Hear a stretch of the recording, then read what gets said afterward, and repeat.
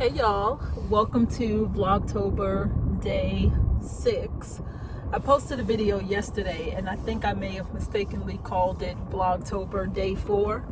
I'm not too sure, but I'm thinking I mistakenly called it that because I was about to say, hey y'all, welcome to Vlogtober day 5, but today is October 6th, so who knows, child. But at any rate, I just wanted to come on and do my daily video. I'm on the ride back to, I'm in the car. And today was rough.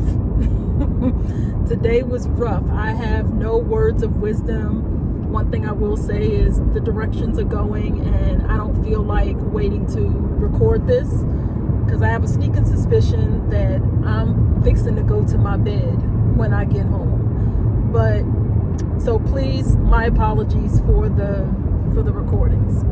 Today was rough, y'all. Today was rough. If it's any indication, I left work today and I was thinking, hey Shalonda, what would you do if you won $1 million? That's what type of day it was. What would you do if you hit the lottery for $1 million? So let's talk about that. What would I do if I hit the lottery for $1 million? Now, most people would say I'd go on vacation, I'd buy myself a nice house, like all those things, right? To be quite honest, I've been real investment focused. And so if I were to hit for $1 million already, let's say 500,000 of that is going to go to taxes. So let's just say 500,000 ends up in my pocket. If I'm going to be quite honest, I would take about 300,000 and invest it in my various investment accounts, because low-key, I feel like I'm behind on investments. There's a really good website, which is www.investor.gov. It's a website sponsored by the federal government, and on it has a lot of different financial calculators. If you want to get an idea of whether or not you'll be able to retire, how much would you need to save if you wanted to have a certain amount of income coming in during retirement, or how much would if you hit a certain amount in money, how long would it last you in retirement? Go to investor.gov. But that being said, I went to investor.gov and, I have a particular financial amount that I'm trying to reach, and I feel like I'm behind. And so based on my current age, when I want to retire, how long I think I will last in retirement, and what type of money I want to have coming in monthly in retirement, I have concluded that I'm behind in my nest egg about $300,000. So if I were to hit for $1 million, first of all, 500,000 of that is going to go to taxes, because Uncle Sam going to get his cut first. But assuming I end up putting 500,000 in my pocket, I would take a smooth 300,000 and invest it and kind of beef up my investments so that they would be at an amount now where, as they continue to grow, it would put me at the amount that I want to have when I retire. Now, I acknowledge that those sound like really big numbers, and you're right, they are. But you know what? We have not because we ask not. Amen? So that's what I would do. Of the $500,000 that I would have left, allegedly, I would take 300,000 and dump it into my investment vehicles. Maybe I'll do another video about what I invest in, maybe. But so I would have 200,000 left over, right? Okay. Well, I have a little non-mortgage debt. For those of you who know me, a couple of years ago or several years ago, I went on a debt freedom journey, and I actually ended up paying off all of my non-mortgage debt. But then the minute I did that, I want to say it was a couple of months later, I'd have to go back in the mental Rolodex, but a couple of months later, my damn car began to fail on me. And after investing $5,000, well, not investing, after spending $5,000 to fix it, I was like, you know what? I'm not putting any more money into this car. And it was paid off because, again, had just finished the debt payoff journey. I had to go and buy another car. I was not happy.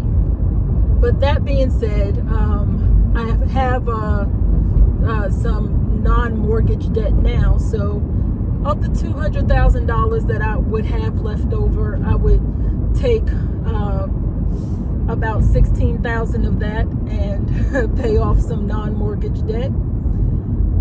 And then I'd probably take the, some of it and get some repairs done on my current home. And then the question would be, what would I want to do with the rest? Maybe put a down payment on an investment property. Maybe contribute to some charities that I am interested in. Now, mind you, as I'm saying all of this, it occurs to me that I have not mentioned tithing. So, for those of you, which way am I going? For those of you out there that are a little bit farther along in your Christian walk than I am, I'm not ashamed to admit that I don't particularly tithe. Not because I don't want to. That's a whole journey and a whole nother video for another time. But please don't think any less of me because as I'm running down the things that I would do with this money, I have not mentioned tithe. We're all on a journey. But maybe I would use the remainder to give to a charity or give to a church, as a, kind of a one-time large donation. I don't know. Maybe I would help out some family members in need. That becomes a challenge though, right? Because let's talk about that for a little bit. Helping out family members in need. That's a real tricky situation because you know what? Actually, that's another conversation for another time. That's another video for another time.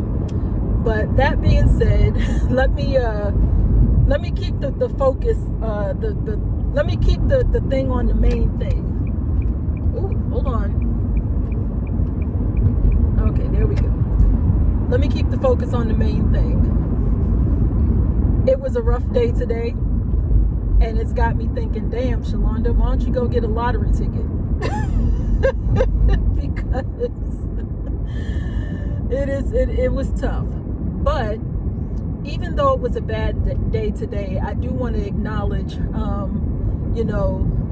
those of our brothers and sisters who are, making a way out of no way right now while the government is shut down. So make no mistake, I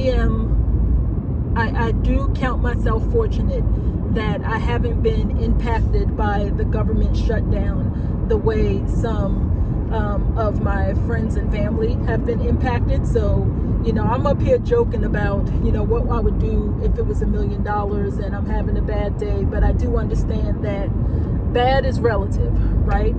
I'm not going to dismiss what I'm feeling in this moment because, yeah, I had a bad day. But I do want to, is this the right exit? Damn, I can't see because of the sun. I think it is. I do want to acknowledge, though, that, for some of our brothers and sisters and neighbors out here, they're struggling a bit more than I am. So I want to, kind of big them up for that. But at any rate, let me go because this sun is in my face and I can't see the exit. And those who know me well will say, Shalonda, when she has to focus on driving, in order for her to see, she got to have quiet.